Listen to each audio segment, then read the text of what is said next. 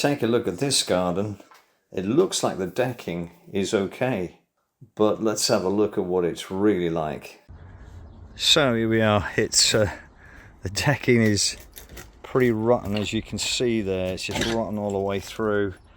Wherever you look, wherever we seem to work, it's on this job here, it's just absolutely rotten. All the joists have gone.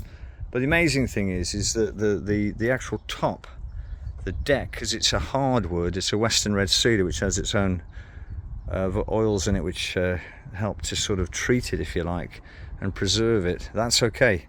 So we're just trying to get all this out. We've also got to try and extend it as well. So there's quite a lot going on here. So it's just sort of a combination of tools, just trying to sort of cut through. Sometimes the screws don't come, you have to cut through them, or use a bit of leverage, or even cut the joists so you can get them out. So there's a whole range of things we're trying to do to try and get these screws out.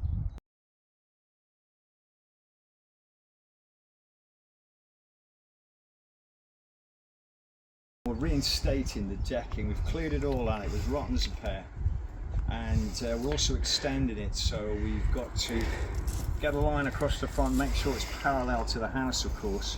So we've got our kind of dead man set up there.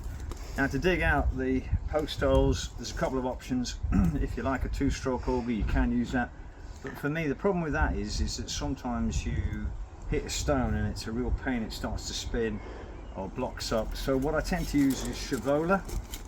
So with this one, this is great for getting the bottom out of all the debris. Saves you having to get down there on your hands and knees with a trowel or with your gloves, and it's really good if you get it sharpened up a bit.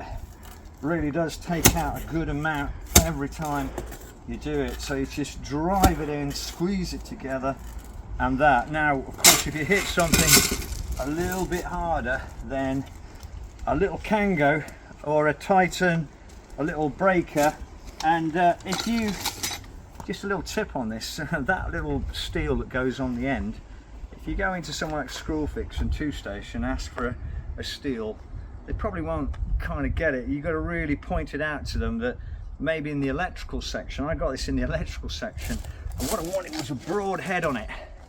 They used to do them with a spade actually, but this broad head's really good for breaking through things. It's a bit better than the point at times for doing a post hole. So what you can do, you can get that in.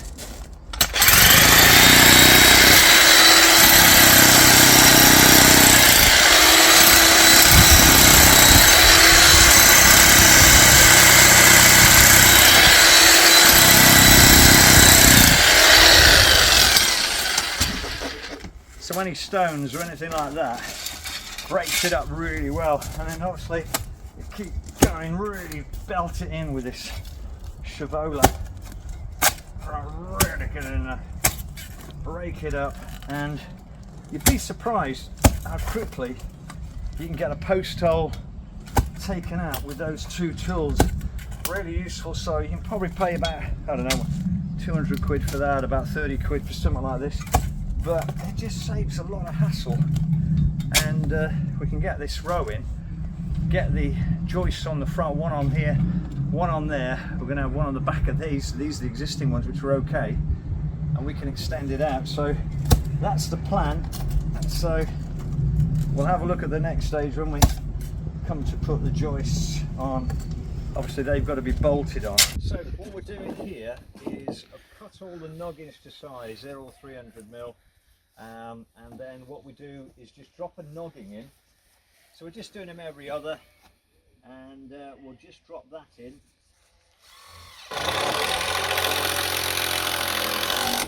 Now over here I've put a concrete footing in, and the concrete footing is level with the joists. So the idea is that people can come along here and step off onto the grass. Okay, so we'll show you, we're going to, after this we'll put a joist in. So by having the noggins all done, we can now offer up a joist and find the location of where we're going to put the joist hanger. So the joist will sit on the concrete, and the noggins will give us a bit of space. So the noggins give us a nice bit of space. Ooh. Just got to get that, that's it. So these are all the same size as the joist there. So what I've got to do is sit that underneath, and when we come to the right height, offer it up to the noggins are there. Okay, and then I can put a couple of screws in to hold.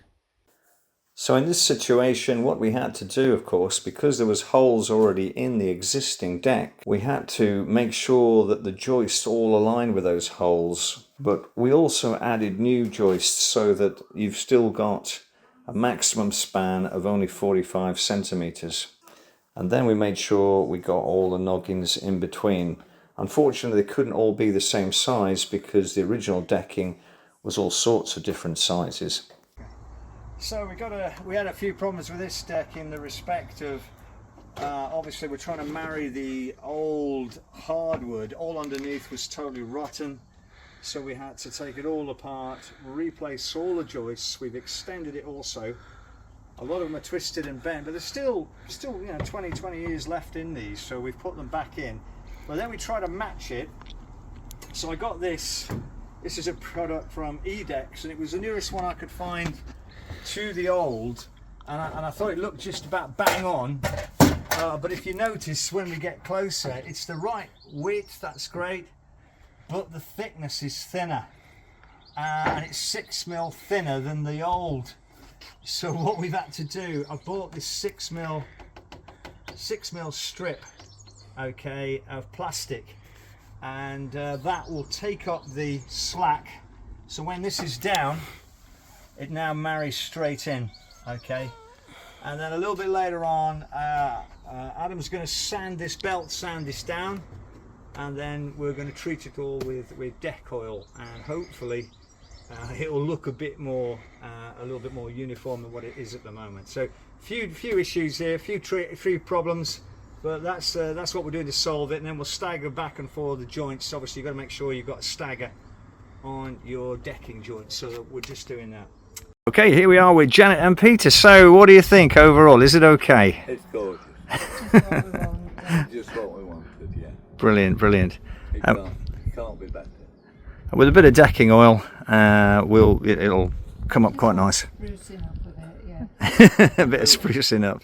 We were considering about the colour for the decking oil. Ah, yes, you know, yeah. Just put natural on, or do you colour it? And I think it probably would stand a bit of colour. I think it would, a little bit darker, then it'll marry in where we have to put the new, yeah. And then the rails will all darken down, it'll all look together then. Yeah. Brill. Yeah. Fantastic. Of course, when you're restoring decking, you can add things to make it even more interesting. You can see how we added corton steel panels, and in this one you can see we added the infinity glass style so that you could look through it.